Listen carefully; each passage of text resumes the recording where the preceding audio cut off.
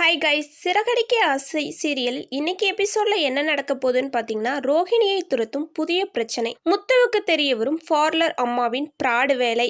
சிறகடிக்க ஆசை சீரியலில் முத்து வித்யாவை அழைக்க சென்ற இடத்தில் அவருக்கு ஒரு ஆர்டர் கிடைக்குது.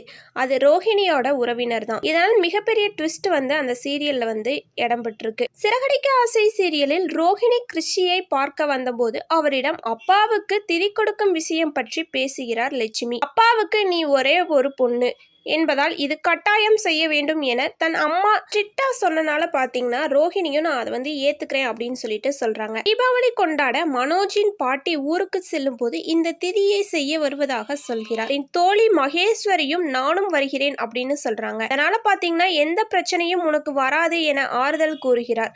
இதையடுத்து இன்றைய எபிசோட்ல என்ன நடக்கிறதுன்னு பார்த்தா, மறுநாள் கிறிஷை பார்க்க மகேஸ்வரி வீட்டுக்கு செல்லும் ரோஹிணியிடம் அவரது அம்மா புது குண்டு ஒன்னை தூக்கி போடுகிறார். என்ன பாத்தீங்கன்னா, இறந்து போனவனுடைய முதல் கணவர் சேகரின் அண்ணன் சுப்பிரமணி தன்னிடம் போன் போட்டு தாங்களுக்கு கல்யாணமாகி 15 ஆண்டுகள் ஆகியும் குழந்தை இல்லை, கல்யாணி கர்ப்பமாக இருந்தபோது அவரை வீட்டை விட்டு விரட்டிய பாவத்தால் தான் தாங்கள் இந்த நிலைமையில் இருக்கிறோம் என்கிற குற்ற உணர்ச்சிக்கு எங்களுக்கு இருக்கிறது. அதனால பாத்தீங்கன்னா கல்யாணியை நேர்ல சந்திச்சு அவரோட பேசணும், மன்னிப்பு கேட்கணும் அப்படின்னு சொல்றாராம். இதனை அடுத்து லட்சுமி ரோஹிணியின் போன் நம்பரை அவருக்கு கொடுக்குறாங்க. இதனை தெரிஞ்சுக்கிட்ட ரோஹிணி பாத்தீங்கன்னா ரொம்பவே டென்ஷன் ஆகி லட்சுமியை திட்ட ஆரம்பிச்சிடுறாங்க.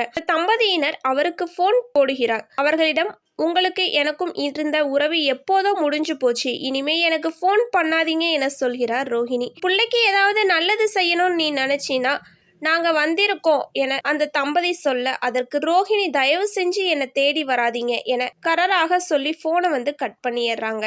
பின்னர் அந்த தம்பதி தங்கியிருந்த அப்பார்ட்மெண்ட்டுக்கு முத்துவ வித்யாவோட கணவர் அழைச்சி வர்றாரு. அந்த தம்பதி வித்யாவின் கணவருக்கு தூரத்து சொந்தமாகும். இதையடுத்து வித்யாவிடம் தனியாக பேசும் அந்த பெண் தனக்கு குழந்தை இல்லாதது பற்றியும் தன் கல்யாணிக்கு செய்த துரோகம் பற்றியும் சொல்ல, யார் அந்த கல்யாணி என வித்யா கேட்டதும் ரோஹிணியின் பழைய போட்டோவை எடுத்து காட்டுகிறார். இதை பார்த்து ஷாக்கான வித்யா இந்த விஷயத்தை ரோஹிணியிடம் சொல்வதோடு ஒரு குண்டையும் தூக்கி போடுகிறார். அந்த தம்பதி அடுத்த 5 நாட்கள் முத்துவின் காரில் தான் பயணம் செய்கிறார்கள். போது உன்னை பற்றி முத்துவிடம் அவர்கள் பேச வாய்ப்புள்ளதாக சொல்கிறார்கள்.